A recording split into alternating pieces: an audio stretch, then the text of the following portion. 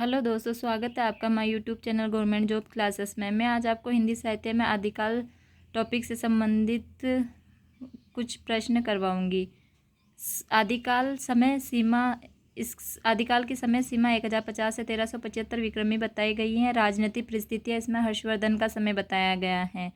समय अवधि इसकी राजा भोज से हमीर देव तक का समय बताया गया है। हिंदी साहित्य का सबसे विवादास्पद काल रहा है।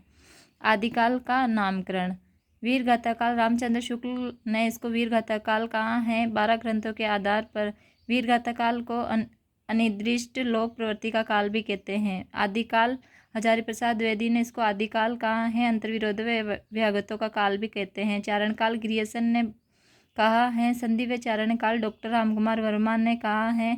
प्रारंभिक काल और शून्य काल डॉक्टर गणपति चंद्र गुप्त ने कहा है। वीर काल इसको विश्वनाथ प्रसाद मिश्र ने कहा है। और सिद्ध सामंत काल राहुल सांस्कृत्यान ने माना है। आरंभिक काल इसको मिश्र बंधु मोतीलाल मनारिया ने कहा है। अंधकार काल डॉक्टर पृथ्वीनाथ कमल कुलश्रेष्ठ उपनाम है इसका।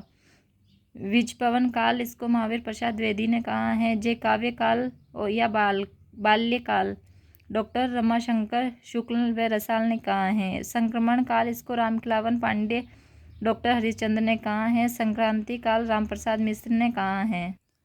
उत्तर अपभ्रंश काल हरीश ने माना है। अपभ्रंश काल धीरेन्द्र वर्मा ने। आविर्भाव काल शैलेश जैदी ने। उद्भव काल वासुदेव सिंह ने। आधार काल इसको डॉक्टर मोहन अवस्थी ने माना है। प्राचीन काल डॉक्टर शंभुनाथ सिंह ने। जातीय साहित्य का उदय काल डॉक्टर बच्चन सिंह ने कहा है। पुरानी हिंदी काल चंद्रधर शर्मा गुलेरी ने कहा है। नोट रासो काव्य 3 विद्यापति रचनाएं इसमें 1 पहलिया खुशरो जय चंद्र प्रकाश भटकेदा जय मेंग जस चंद्रिका।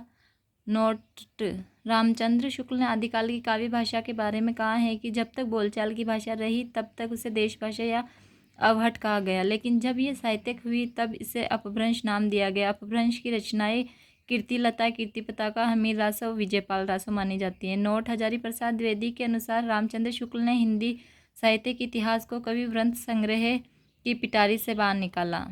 नेक्स्ट है अपभ्रंश शब्द का प्रथम प्रयोग वल्लभी के राजा धारसेन ने शिलालेख में किया। इन्होंने अपने पिता ग्रहसेन को संस्कृत प्राकृत व अपभ्रंश तीनों का कवि बताया था। अपभ्रंश भाषा को हजारी प्रसाद द्विवेदी ने हिंदी के निकट की भाषा कहा है और अपने हिंदी इतिहास को वास्तविक रूप से भक्तिकाल से प्रारंभ माना है। रामचंद्र शुक्ल के अनुसार आदिकाल में 2 प्रकार की काव्य भाषाएं थी, देश भाषा और अपभ्रंश भाषा। जब तक आम बोलचाल की भाषा में लिखा गया उसे देश भाषा या अवहट नाम दिया गया, लेकिन जैसे ही ये भाषा साहित्यिक हुई तो उसे अपभ्रंश कहा जाने लगा था। शुक्ल ने इसे अपभ्रंश को प्रकर्ताभास नाम दिया है। सन 1921 ईस्वी में चंद्रधर शर्मा गुलेरी द्वारा लिखित निबंध में अपभ्रंश को पुरानी हिंदी कहा गया। यह निबंध काशी नागरी प्रचारणी सभा द्वारा प्रकाशित हुआ था। ये था आदिकाल का नामकरण। धन्यवाद।